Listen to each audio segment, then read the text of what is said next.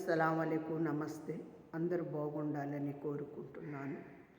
ఆనాడు ఎన్నో ఫలాలు ఇచ్చిన దేవుడు, ఎన్నో ఫలాలు, ఎంత చక్కటి మనకు భూమి, ఆకాశం, సూర్యుడు, చంద్రుడిని దేవుడు ఏర్పరిచినప్పుడు యేసు ప్రభువారు త్యాగము చేస్తాను అని కూడా భూమి మీద వాగ్దానం మొదటిది ఆయన తీసుకున్నారు యెహోవా దగ్గర.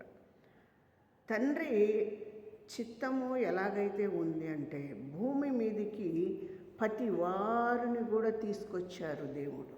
ప్రతి వారుని తీసుకొచ్చారు. ప్రతి వారు అంటే ఎన్నో రకాలైన జంతువులని, ఇషపైన సర్పాలని, మరి దేవదూతలని అందరినీ పిలిచాడు దేవుడు. ఎన్ని శక్తులు, ఎన్ని సాతాన్లో ఈ భూమి మీద ఉన్నాయి. కానీ మనిషి రాకపోతే దేవుడు ఎంతగానో ఆయన ప్రేమించాడు, మమ్మల్ని ఆశీర్వదించాడు.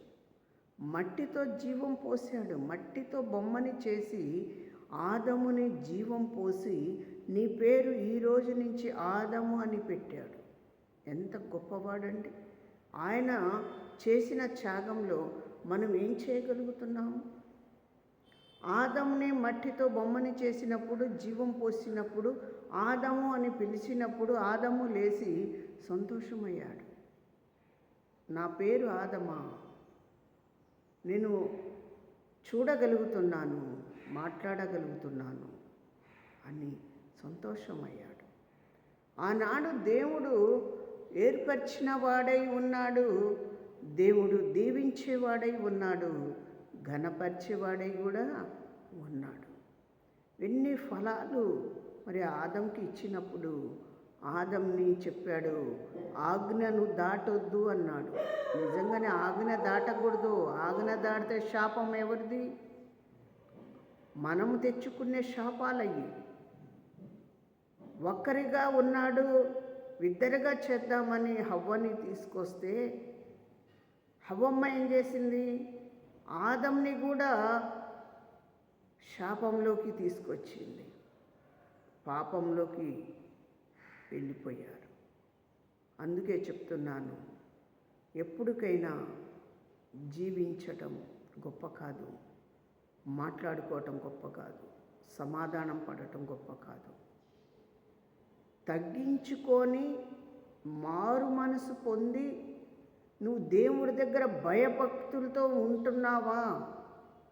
నాకు ఉంది, నాకేం పర్వాలేదు, నాకు ఆస్తులు ఉన్నాయి, అంతస్తులు ఉన్నాయి, డబ్బు ఉంది, హోదా ఉంది అని నువ్వు తిరుగుతున్నావా? నీ హోదా, నీ డబ్బు, నీ హోదా, నీ ఆస్తి, నీ అంతస్తు, నీ అందం అంతా కూడా దేవుడిచ్చిందే.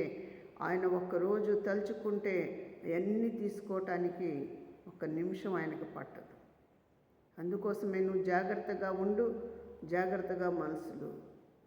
ఆనాడు ఆదం హవ్వలు చేసిన మాట తప్పిన పనిలోకే వాళ్ళని శిక్ష అమలు చేసిండు. కష్టాలు పడాలి,